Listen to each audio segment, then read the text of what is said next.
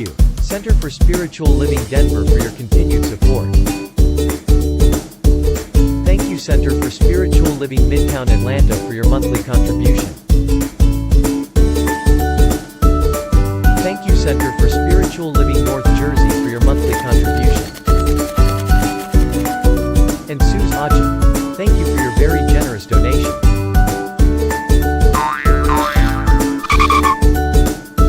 And a special thanks to Hefferlin Foundation for your generous technology grant. And a big shout out to all our committed donors.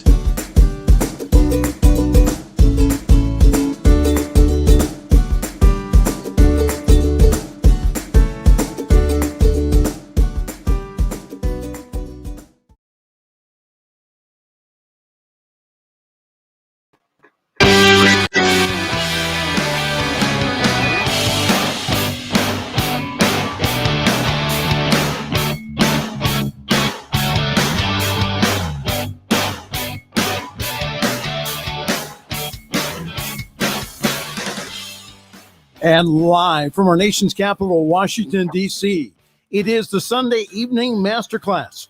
And now our chief instructor, best-selling author, and lecturer, the Reverend Dr. Charlette Manning.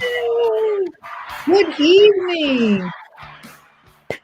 I like that applause. I like that.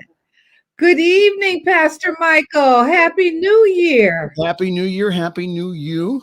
Happy New Year. Listen, Reverend Sylvia did an amazing talk at Unity, Washington, D.C. this morning, and she says it's up to you in 2022. And I could not, that really struck very close to home for me today.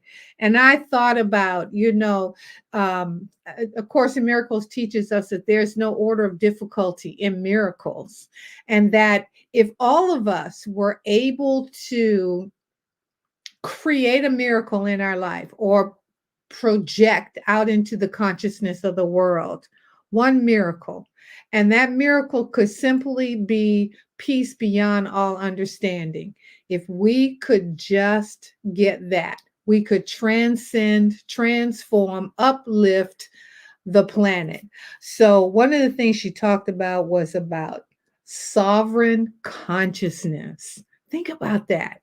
Being sovereign means to be fully in charge of those processes, those things, your freedom, your independence, and all of that is an individualized expression of yourself. So my focus for 2022 is going to be sovereign consciousness. I want my consciousness to be as independent and free as the consciousness of my life. So I want my income, my inner coming, to be reflected in my outcome. Isn't that something? How you like that, Pastor Michael? Where'd you go? How you like that? Isn't that awesome? No, I think that was a great topic. What a great oh my goodness. She, as we say in the neighborhood, she brung it this morning. She certainly did. And the affirmation is, I am the light of the world. Amen. Think about that. And I was watching the 20th anniversary reunion of Harry Potter and the cast of Harry Potter. And they were talking about, remember how you could see those candles hanging from the rafters in the Great Hall? And yes, everybody was talking about being the light. And if we all stood in the power of our light, even the crazy that's going on that we're going to talk about tonight, the crazy out there do we have would not be reflected on the crazy in here, right? I got that. Yeah, there's a lot of that going on. Yeah, so Pastor Michael. Yes, ma'am. There's some real crazy going on right now. And I would, I first wanted to give light and love to, Betty White, who was absolutely, I don't think I know anyone who could say the name Betty White and not smile. I mean, not only was she a human rights activist, animal rights activist, you know, people don't realize that back in the day, I want to say in the early 50s, like 51 or 52, I believe that she had a television show Yes, the Betty White and Show. she had a black actor Yes, who was going to be on her show. And she got so much flack. And she basically told them, get over it. Her show was canceled right after that.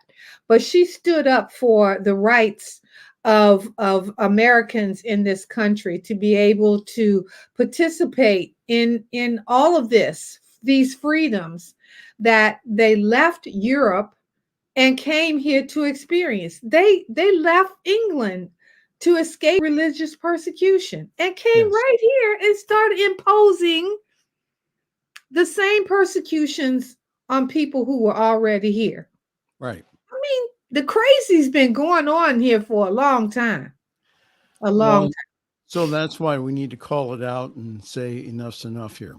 That's right. Yep. And you don't have to be obstinate and you don't have to be arrogant as some of the crazy people out here right now. So, you know, I would be remiss, and you and I talked a little bit about this earlier today before we get into the Kwanzaa discussion, which, you know, this last week from December 26th to December 31st, we celebrated Kwanzaa. Now, Kwanzaa is a celebration in the Black community that started in the 60s. Now, what most people don't realize, or maybe we should set this up because of the, and Yes. I had to take a pause Okay. to say that the opinions on this broadcast are my opinions, okay? And don't write Michael and don't write Reverend Rob and don't you want to get upset with somebody, get upset with me because I'm getting ready to tell you that we really have some serious people stuck on stupid in this country right now. And unfortunately, they have the ear of so many of our citizens who don't bother to investigate or educate themselves on anything. So this dumb, and I'm gonna call her out, and I'm being really nice at calling her dumb because there are a few other choice words I'd like to use that I can't on Dr. the air. Manning, please don't do that. Okay. No, I'm not Okay. going to. And I'm going to say the same thing to you, so you make sure you don't either. Okay. Okay, okay. But Congresswoman Marjorie Taylor Greene made that dumb comment, okay, and has since been, not because of this comment, but because of COVID misinformation, she's now been banned from Twitter, suspended for good from Right. Twitter. Can I? But Marjorie Taylor Greene, a 6-day came out and said that Kwanzaa was a fake religion, which shows you that she is ignorant as she can be because she doesn't know jack about Kwanzaa or what Black people celebrate. Can I Which, read the article? sure, Okay. So you let's. got, Yeah. okay, So, let, absolutely. so let's read the article, and this is what Dr. Manning's talking about. This is from Huffington Post. It says Marjorie Taylor Greene deems Kwanzaa a fake religion in a bizarre Twitter attack. The Georgia Republican suggested that her party was pandering by acknowledging the week-long celebration of African culture on social media. And it goes on, it says, Representative Marjorie Taylor Greene from Georgia believes the GOP may be turning people away with the attempts at being more inclusive during the holidays. The far-right Republican said that the college Republicans, these again, these are the people again going to the higher learning institutions here for Mhm. them, a frosty message late Monday after the national group marked the start of Kwanzaa in a Twitter post. that also happened to misspell the name of the festival. And what happened is that Representative Green went ahead. Let me get this back in here. All right. This is her tweet. She says, "Stop. It is a fake religion created by a psychopath," Green tweeted. "People are tired of the pandering and the BS." And again, this is from the article now. It says, of course, Kwanzaa isn't a religion at all, but a 7-day holiday festival that is observed from December 26th to January 1st. Now, I'm going to mess up this guy's name, so I'm going to let you say it. It was established in 1966 by... You go ahead, because I would destroy it as well. Okay. Yeah. It's Dr. Maulana Karenga. Yeah, very good. You did a good job. I probably, as I will, even some of the words, it's Swahili that they use the definition, but go ahead. Okay. As a way for Black people to honor their shared African roots, and is celebrated by millions around the world alongside Christmas and Hanukkah. And it goes on and says, from his website, it says it's based upon the African First Harvest celebration, organized around the 5 fundamental kinds of activity: the ingathering of the people, special reverence for the Creator and the creation, commemoration of the past, recommitment to the highest cultural values, and the celebration of the good. Karenga said, who is now serving as the executive director of the African American Cultural Center in Los Angeles. Representative Green alluded to Karenga's post, however, appears to be a reference to his 1971 conviction on charges of assault and false imprisonment. Calling himself a political prisoner, Karenga was released after 4 years and has long denied the charges. And he was released because, again, that there was pressure put on the government from Black politicians to get him out of there. It says earlier this month, Green sparked controversy when she used a racist term for Asian Americans while attempting to argue that the Republican Party has supporters from diverse backgrounds. As of Tuesday, the college Republicans have yet to respond to Green's remarks. Instead, the group has retweeted Kwanzaa messages from a number of Republican lawmakers, including one that former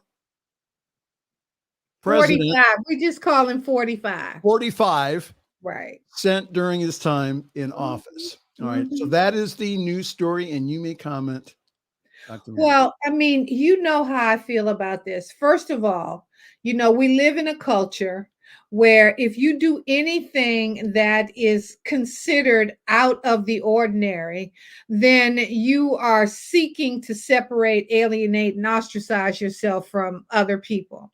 Right. This woman runs through the halls of the Capitol of the United States with free speech mask on, with "don't censor me," but it's good for her, but it's not good for anyone else. So, I had a girlfriend, Deborah Carter, from back in my Renaissance Unity days. And the term that she often used was that sense of entitlement. And, Marjorie Taylor Greene has been given permission to expose her white supremacist and racist prowess to the world. She's no different. She's been this way her entire career. And she believes that, everything needs to have the white supremacy stamp of approval before you can do anything. Now, Dr. Karenga was arrested, and regardless of whether he was guilty or innocent or went to jail or whatever, he certainly is not the first minister to be exposed or to go to jail or be censored or any of those things. But it is blown up into such proportion when it is something that we've done in our community. Now, just like Juneteenth And just like Black Wall Street, Right. during segregation, people don't understand the full extent of segregation in this country. We had traditions that were created in our community so as to teach us about where we came from and the origin of how we celebrated traditions that we brought here from slavery. There's an amazing show on Netflix called High on the Hog, and I would really encourage my brothers and sisters, red, brown, purple, green, all people should get an opportunity to experience this. And this is the culture, the African cultured experience that was brought from Africa to this country during slavery. There were two principal chefs, one by the name of Hercules, and the other one, Hercules, I believe, was George Washington's chef or slave. Mhm. And oh gosh, whoop, went right over my head. The second one, I'll think of it in a minute. But anyway, they taught them how to prepare food. Macaroni and cheese, one of them, and yet Martha Washington got credit for the menus. Okay. Thomas Jefferson got credit for all of the credits that came from, us being able to, or the African American experience in culture brought to this country. Not taking anything away from white people, but simply saying there would be no South Carolina had the slaves not brought rice to this country. Right. And don't take my word for it. Please, please, please investigate this, because there's so many of these things that we don't even discuss. So we're going to talk about Kwanzaa tonight, and how Kwanzaa affected the community, as did Juneteenth was our celebration of the 4th of July. So we're going to talk a little bit more about that. I know you got some comments that you wanted to inject, and this was the reason why, over the 20 years of friendship you and I have shared, we've talked a lot about stuff like this. Yes. And people don't understand that in some instances, you're a lot more radical than I am, but we not. I haven't been arrested yet. Put you on blast right now, but to Congresswoman Representative Marjorie Taylor Greene, I would highly suggest you get some education. I don't know what school you went to, or if you used any type of common sense or getting your facts straight before you put yourself on blast, it might behoove you to get a little educated, and not to be educated by QAnon, by a university of credit standing that would assist you in understanding the history of this country. So we're going to take a quick break, and we're going to come back and talk about Kwanzaa. This is Dr. Charlette Stokes Manning here on Sunday Evening Masterclass on New Thought Media Radio Network.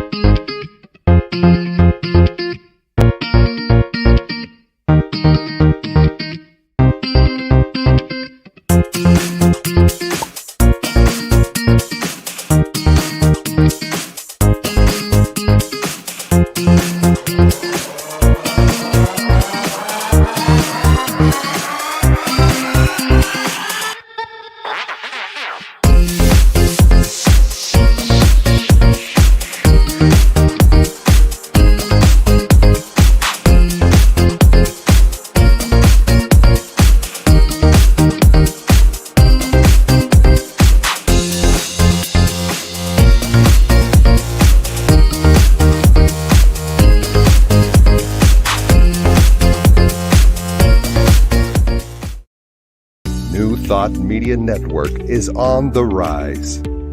We're looking to grow with you. Do you have technical media experience or perhaps a desire to learn? Are you willing to volunteer your precious time and attention? We share this message to benefit all. If you possess a computer with a camera and a microphone, we will share our knowledge with you. Behind the scenes or being the star, let us bless our one. Contact us at info@ntmedia.org.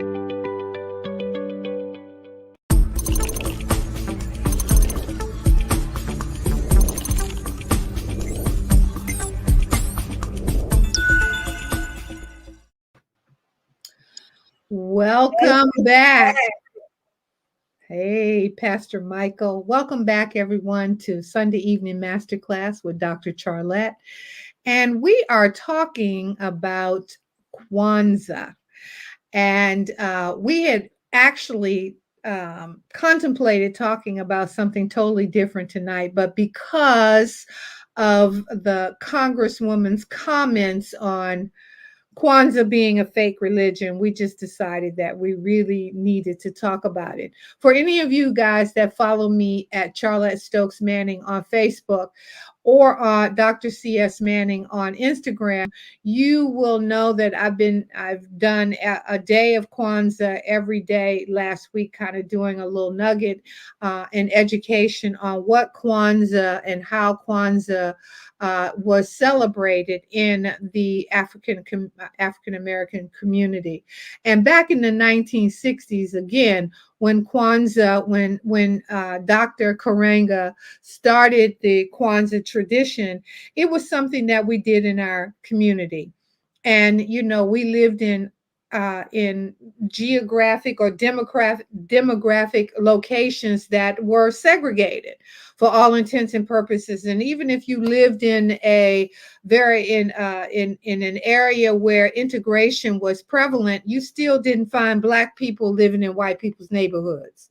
So one of the things in Kwanzaa, and I've shared this before, everybody on your street or could be within a 4-6 block radius had rights to your behind. So if you misbehaved at one house, you could end up getting a spanking. We had spankings back in those days, 3 or 4 times before you got home. But the whole idea around Kwanzaa was the bringing together of community. There was, we honored the traditions of our families. You hear people talking about the different cuisines that were experienced. New Year's Day is a celebration in our community, and there is a tradition in our community that you have black-eyed peas and collard greens on your stove. Black-eyed peas that is about making sure that you have plenty of food to eat, and collard greens represented abundant wealth, that you had money and food that to be able to sustain your family throughout the new year. So it was always a tradition. If you came in somebody's house and they didn't have no pot of black-eyed peas and neck bones and collard greens and fat back, something was wrong. Okay, so this was how we learned to celebrate the traditions in our community. So Kwanzaa was about, experiencing nature, culture, communication, values, the ancestors, as well as our family history. Now, you also know that Black history wasn't taught in schools. So our Black history was always taught in our home. We had civics and we had government, and things of this nature that we talked about in our family. Sunday was the day that family all came together. So we always had, a big, huge breakfast on Sunday because you was in church all day. And then when you came home from church, we would sit in our living room, which you didn't sit in the living room every day. You sat in the living room and used the front door on Sundays. So this was when all families would come together and talk about the history of our families. So Kwanzaa became something that was it was traditional in our family, and it was never about buying stuff. It was always, Kwanzaa was about nurturing and develop. You made things for the family. You didn't go out and not to say that you couldn't, but for the most part, there was thought given to the things that you were to celebrate on those 7 days. Now, Kwanzaa, very much like the menorah, for example, was the candelabra, for lack of a better word, that we used in the Kwanzaa tradition. There were 7 candles. There's 1 black candle that is the hierarchy of the candle, and there were 3 red and 3 green candles. And each candle was lit each day. Each candle represented a tradition that we wanted to express. So, Pastor Michael, have you celebrated, been a part of any celebrations as it related to Kwanzaa? No, I have not, unfortunately. Okay. So I have often, before COVID, whenever we had Kwanzaa celebration, we would always invite someone to experience Kwanzaa who had never experienced it before. And we would traditionally talk about the things that we did for Kwanzaa. So day 1 of Kwanzaa is called Umoja. Umoja. And that word meant unity.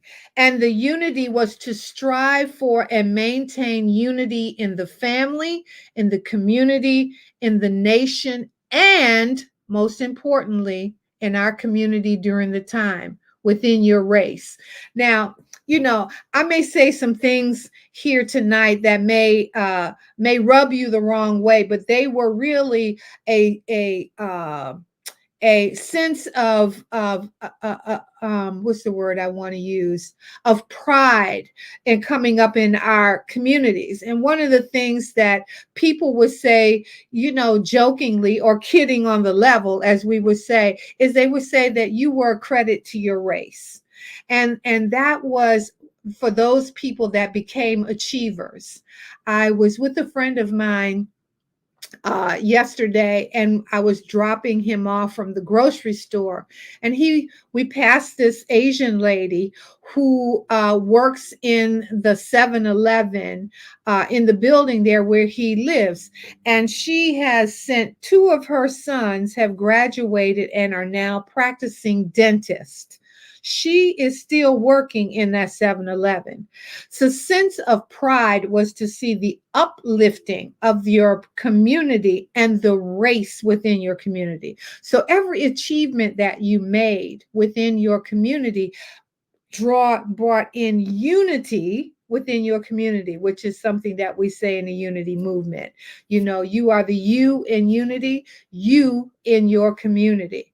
So, you never wanted to do anything to embarrass or alienate or ostracize or do anything that would not make you a credit to your race in your community. And that's why I was saying you never wanted to misbehave. The worst thing you could ever do to your parent is to have another parent or someone around the corner see you do something that you didn't have any business doing and disappoint your parents or your grandparents. So the second day, now this one is really difficult for me to pronounce. It's called I'm going to spell it.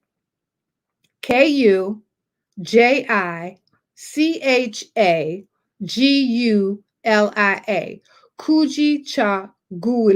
Guila. Anyway, it means self-determination. So self-determination was, again, every opportunity that you were given within your community. And a lot of times, not great movie that you could see this experience is Hidden Figures, about the three Black women who worked for NASA, who worked on the Kennedy program. Well, the young woman who was the mathematician in that movie had their whole community took up collections and had fundraisers, as we call them now, to help send Mrs. Johnson to an elite school for the gifted, so that she could even have the opportunity to represent as a mathematician. She was, by all intents and purposes, beyond genius. I mean, she was a mathematician that was beyond scope, and she was able to be a credit again to her race by going into an all-male, white-dominated environment and become the driving motivational force for John Glenn to take off into space. So as we see this is where we talk about self-determination in our community.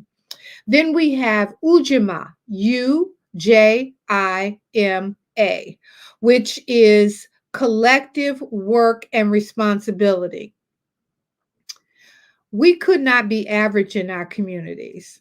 A lot of the things that you say, you've heard people say, you have to be 150 times better than your counterpart in order to be just given an even shot. So when you think about being an overachiever, or just to be considered average, you had to be 50% better than your counterpart. So we were always, you saw that collective work and responsibility. Our education didn't stop in the schoolhouse.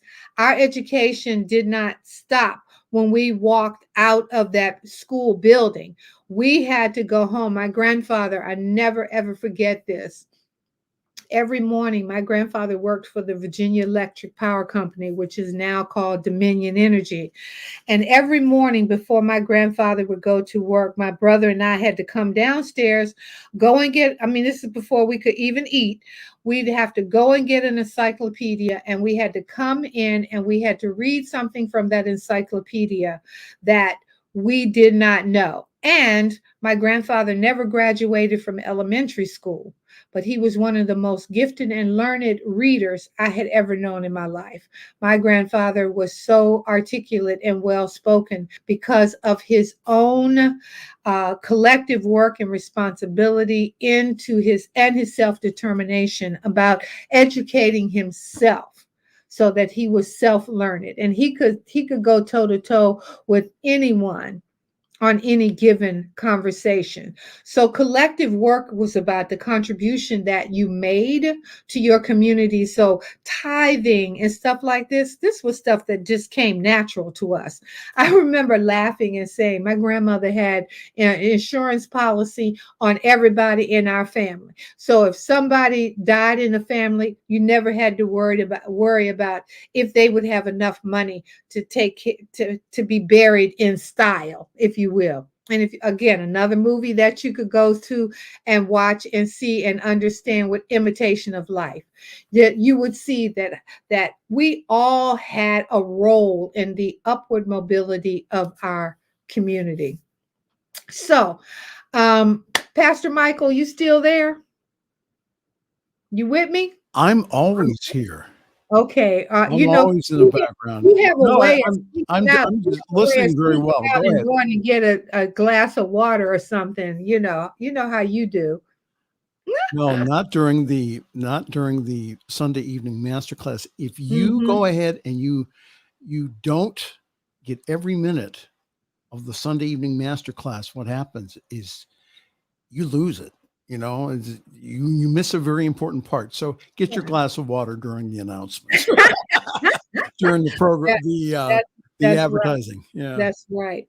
No, So, as I'm sharing about Kwanzaa, that there are a number of people that have asked questions about Kwanzaa and why it is such a it has such symbolism in our community. And again, it goes back to what Reverend Sylvia was talking about today about having sovereign consciousness, and our families, we grew up for all intents and purposes. We didn't know we were poor, and by somebody else's standard, they considered us poor. We never saw ourselves as such. So our environment protected us also as we grew and learned and so when integration happened, it was not an alien concept for us, if you will, because we were always taught that we're supposed to act a certain way. I didn't want you to leave. Oh, okay. Okay. Talking to you. Oh, You no, go But ahead. when we think in terms of how we did that, your parents had a certain criteria, a way that you were supposed to behave when you had Absolutely. company come to your house and Yes, children were seen and not heard. It wasn't absolutely. something that was alien to a certain community. And if we began to communicate with each other, we began to realize that our communities were not that different, that we all had those rules and regulations that we had to abide by as we were going through that. So do you think we should take a break now before we do the last 3 or 4? Or Why, I'll tell you, why don't you go about 5 more minutes? okay, Okay. so I had a question about why was Kwanzaa necessary, uh, and I can only give you my opinion. And, we come from a very proud people, Black people in this country. And we've gone from, and I don't know if it's an evolution or not, but we went from being, Negroes, the to colored, to the National Association for the Advancement of Colored People, was which we were called in 1909 when the NAACP was founded. But there were white people, Quakers, and Jewish lawyers who were a part of the founding fathers and mothers of the National Association for the Advancement of Colored People. That's Yes. what we were called then. Mhm. And we went from colored to Afro American, and then we went to Black, and then we went to African American. So the whole evolution of the culture, again, was about the upward mobility of us as a people. Now, Can I again, ask a question real quick? sure you can. Sure. Okay. So one of the things that in researching this for tonight, um, Dr. Karenga, from what I understand, is a secular humanist. Yes. Okay. So the celebration of Kwanzaa has nothing to do with any type of religion. It has No. to do with values that uplift and keep the community. So Correct. that's, I do not understand why a representative of the House of Representatives would make such convoluted statements that have no truth in it whatsoever. Yes, Dr. Kringa had a past, don't we all? Who doesn't? And that he has spent again the rest of his life earning not one but two PhDs, Mm-hmm. writing But not only that, he Go ahead. still to this day, he does not. He believes that he doesn't accept the fact that the charges that he was arrested for. So it's not like there ain't no Black people in jail that didn't commit the crimes that they were accused of. So, but as I said, suffice it to say, regardless of whether he did it or he didn't do it, he contributed to the upward mobility and the self pride of a race of people who are the only race of people, by the way, who came to this country against their will and with a job. Mm-hmm. The only race of people. So, in order to uplift the collective consciousness, which is sovereign consciousness, as Reverend Sylvia was talking about today, is to give you a sense of pride in the achievements that your community has given. So we know that there are many things that have transpired in our community that we have been inventors of that we've never gotten credit for. We know that. We're going to talk a lot about that in February when we do Black History Month. But we can't sit around and try and force who we are and what we've done on other people. We can only continue to strive to be what our grandparents and great grandparents, when they wanted us to be, a credit to our race. And I wanted to ensure that that is not a negative, that's not perceived as something negative, that was a compliment to a single mother with 9, 10, 11 children that can educate, college degreed, all her children on taking in laundry and ironing white folks' clothes and babysitting white folks' children. Another movie, go watch The Help. You have all of these where our stories are being told.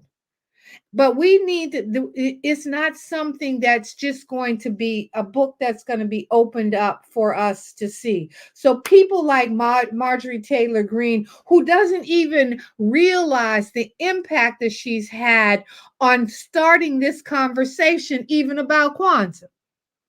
You see, what she meant for evil, God will make for good. You see what I'm saying? Oh, So absolutely. we're talking about Kwanzaa now, when ordinarily people would not have had 2-3 things to say about Kwanzaa.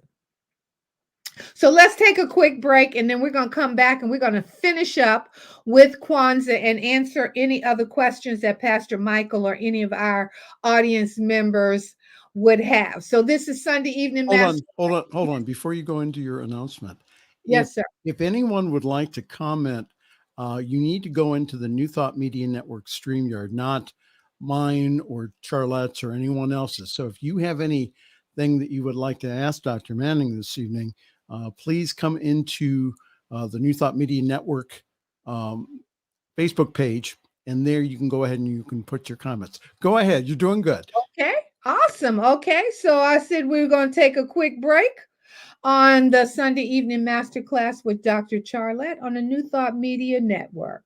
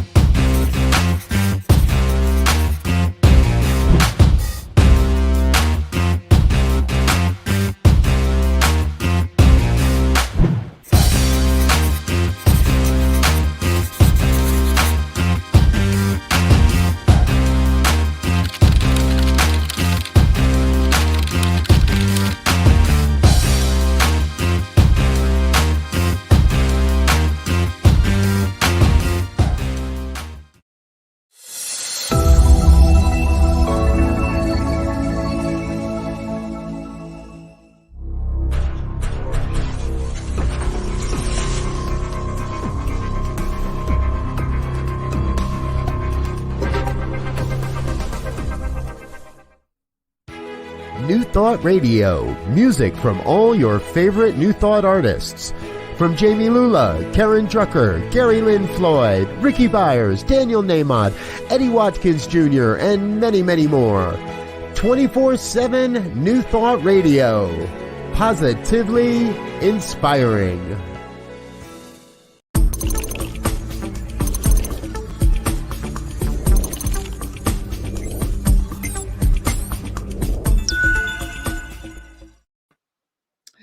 We're back.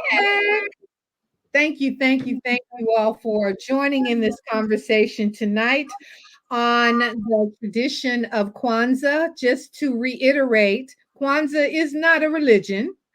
It is a celebration in the African American community. And what I wanted to say too is, I people say, call us African Americans now. That's the coin phrase right now. When in fact, we are Americans of African descent. So when you say African American, you're talking about Charlize Theron, the actress. She's from South Africa, who has now become an American. So she is an African American. Yes. We are, does that make sense? Oh, absolutely. We are Americans of African descent. Does that make sense? So I like to just kind of throw that in there just for a little bit of edumacation, as my aunt would say. We need to educate these children, right? Yes, So, amen. yeah, amen. That's right. Bring it all home. Okay. So we were talking about Kwanzaa and the tradition of Kwanzaa in our community and why it was so significant as Juneteenth. And we had the Christmas tree and the Santa Claus and all that. But Santa Claus was a white guy with a white beard and a red and white suit. And look, wasn't no white guy coming down. No. First of all, we ain't had no chimney. So none of that was going to be happening at our house. So we needed to get more clarity around what Kwanzaa represented. So it was much easier to teach Kwanzaa than it was to deal with this white guy coming into our neighborhood one time a year to bring us these Christmas presents. And Mom and Daddy wanted you to know that there was a bill that came That's right. with those toys, so you wasn't getting nothing for free. Yeah. So what we used to, when I was training Santa Clauses and helping Santa, because Santa can't be everywhere in December, so I used to help. So, but we used to have these guys, black guys. We called them Soul Santas. Mm-hmm. Oh man, they were absolutely the best, and still are. Yeah, going out there, and I think that having people of their culture, to go ahead and to say, what they wanted, and so I think that was a really good thing. Again, if you take a look at all the different cultures around the world, again, they always had some type of gift giver. Okay, exactly. So and, go ahead. I mean, but you have somebody like Megyn Kelly who said that everybody knows Santa is white and Jesus is white. I mean, she said this on television to she is not historically correct, though. Absolutely not. But I'm saying Jesus was extremely he was extremely brown or even black complexion. All you got to do is look at the history. I mean, you cannot come from that part of the world, I don't care who you are, and have blonde hair and blue eyes. That's just not possible. So again, we had to use traditions like this in order to explain to young, impressionable minds that we came from kings and queens. Yes. That we came from the Garden of Eden. It was in Africa. I mean, so all of these things. But you got people out here, the Marjories and the Megans, that are out here that are spewing this. And it's a need for them to believe in order to maintain power and control. But back to Kwanzaa. Okay. So Kwanzaa, the next word on the, the fourth day of Kwanzaa is Ujamaa.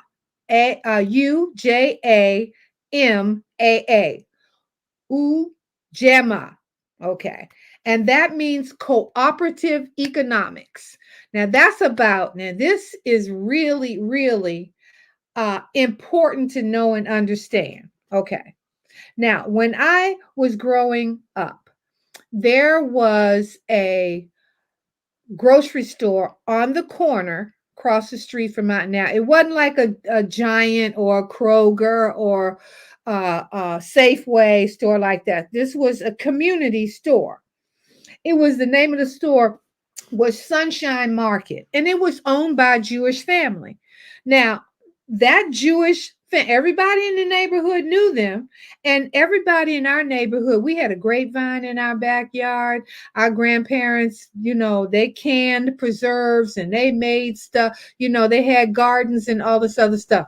But if that Jewish man had to drive 10 miles to buy a head of lettuce from another Jewish store, that's what he did.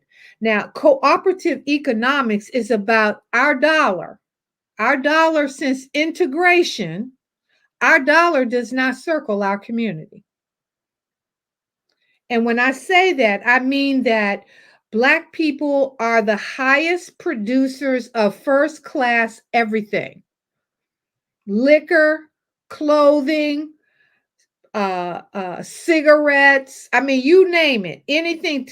Cristal champagne. They ain't got a pot or a window, but they drinking Cristal, and I'm not being critical. I'm simply saying, when we talk about cooperative economics, we're talking about spreading the wealth within our community, that we are utilizing the resources within our community so that all of our businesses grow and thrive. So when you have the Tulsa Black Wall Street, for example, and I was talking to another friend of mine, and we were talking about, was it?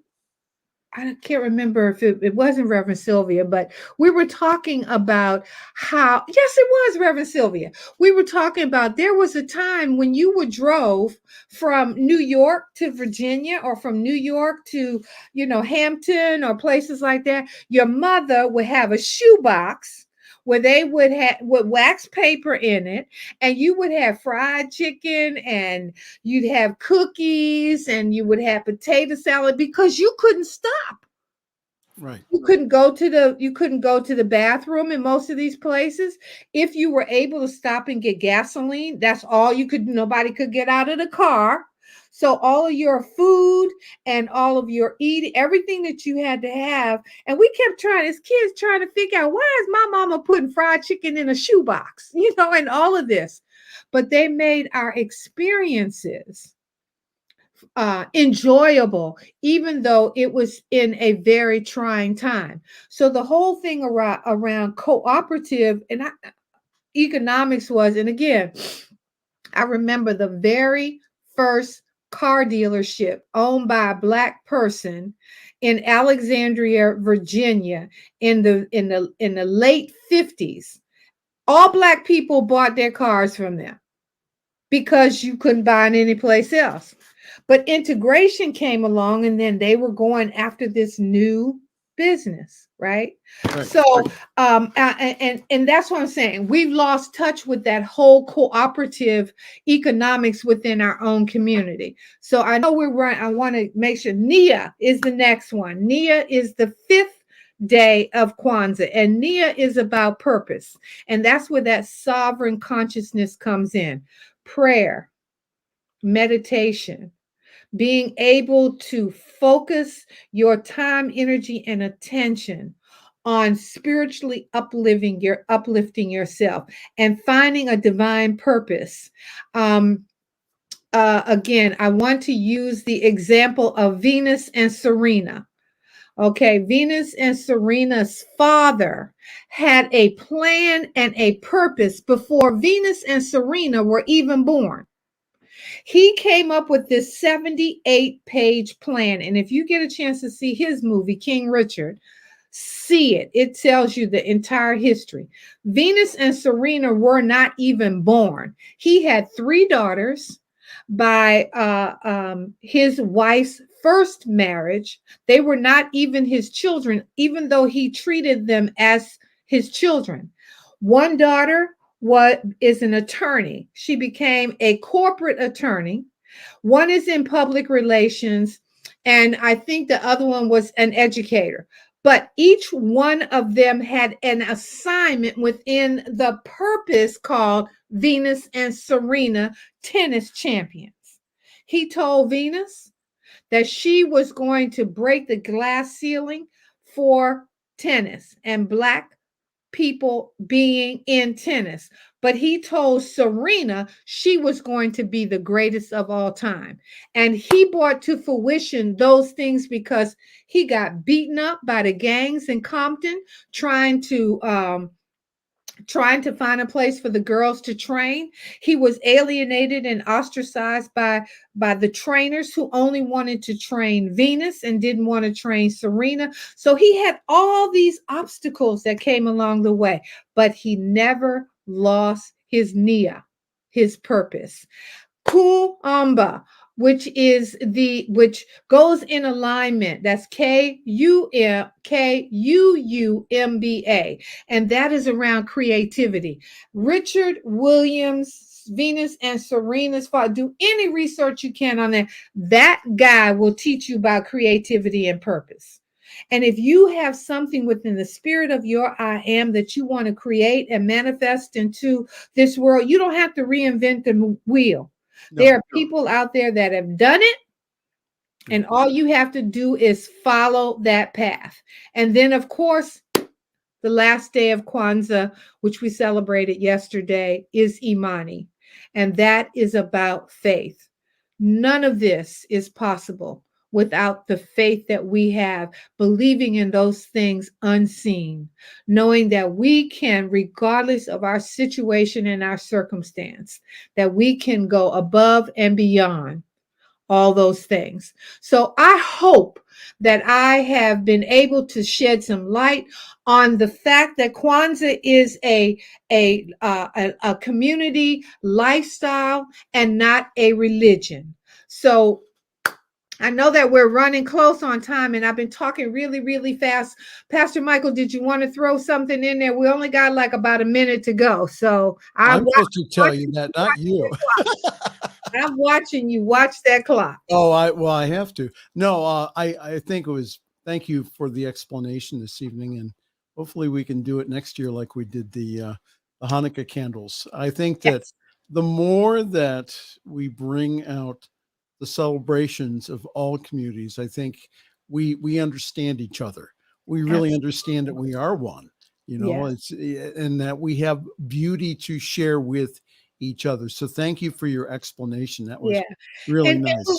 And when we can get away from this Baptist and Catholic and all of this kind of religious stuff, and to understand that there's only one power, one presence in this universe. And regardless of whether you call it God or Jehovah or Yahweh or Allah or Krishna or Buddha, if you can accept the fact that there is a force greater than yourself in this world, and that purpose is for you to be a light to this world. And as Reverend Sylvia left our service today, the affirmation that I want to share with you tonight is for you to know that you are the light of this world. Go out and let your light shine. I want to thank you so much for joining us tonight. This is Sunday Evening Masterclass with Dr. Charlette on the New Thought Media Network.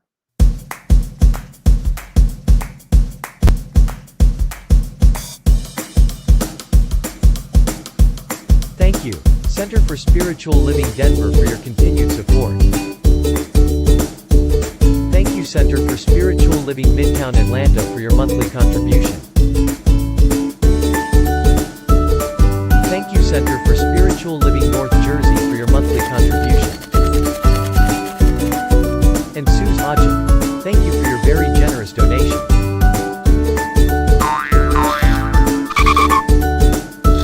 And a special thanks to Hefferland Foundation for your generous technology grant. And a big shout out to all our committed donors.